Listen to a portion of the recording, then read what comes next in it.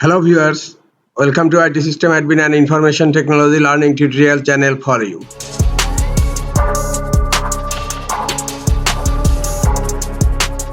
In this tutorial, I am going to show you how to change language in YouTube. Sometimes it becomes very important for you, so don't forget to watch full video.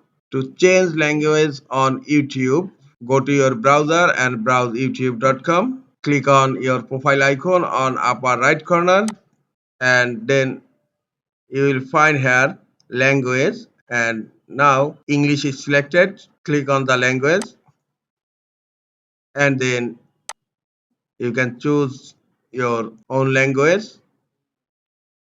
I am selecting Espanol. Look, the YouTube language has been changed to Espanol. If you want to change another language, click on profile icon and click on language icon here.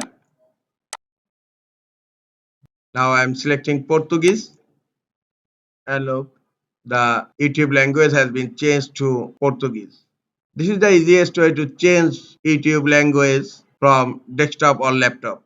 This is all for today. Hope this tutorial is helpful for you. Keep watching for next tutorial. Thank you very much.